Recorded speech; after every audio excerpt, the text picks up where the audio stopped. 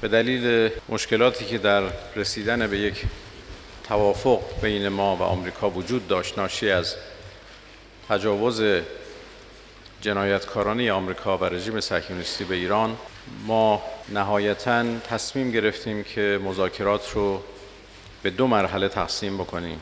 در مرحله اول موضوع خاتمه جنگ و بحث تنگه هرمز، محاصره دریایی، موضوعاتی که مربوط به آزادسازی وجوه مسدود شده ایران، موضوع بازسازی و مسائلی از این قبل مربوط میشه رو ما مذاکره بکنیم و به یک یادداشت تفاهم برسیم و بعد مذاکرات ادامه پیدا بکنه به مدت 60 روز تا به یک توافق نهایی برسیم. در توافق نهایی موضوعات هسته‌ای و لغو تحریم‌ها تصمیم گیری خواهد شد و ما به جمع‌بندی نهایی خواهیم رسید. این مسیر ما در مذاکرات است. در مرحله اول مهمترین موضوعی که اتفاق میفته اعلام خاتمه جنگ هست و بنا به تصمیمی که ما گرفتیم از صبح روز دوشنبه که توافق نهایی شد، دوشنبه به وقت تهران البته، خاتمه جنگ هم اعلام شد، ولی شروع رسمی این تفاهم نامه از روز جمعه خواهد بود. با این حال اعلام خاتمه جنگ از همان دوشنبه صبح صورت گرفته و این شاید مهمترین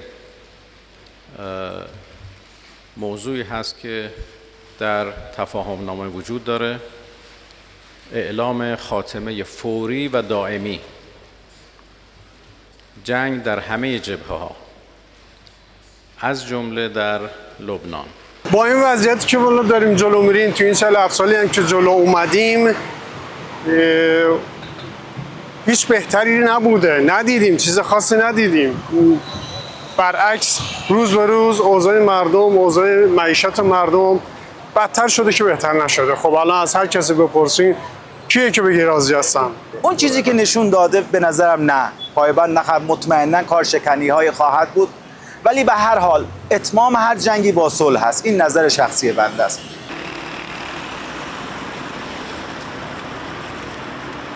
The Iranians have said, number one, they will have full sovereignty over the strait, which they don't because they're sharing it with the Sultanate of Oman on the south side. And also that they will impose a fee system, which is different from a toll system. So a toll system would be illegal, and I think the MOU clearly states that this is not going to happen.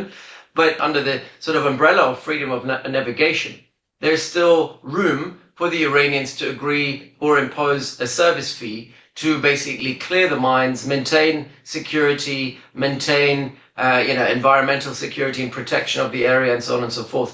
That would be compliant with international law, but is something that the US and the Gulf states reject.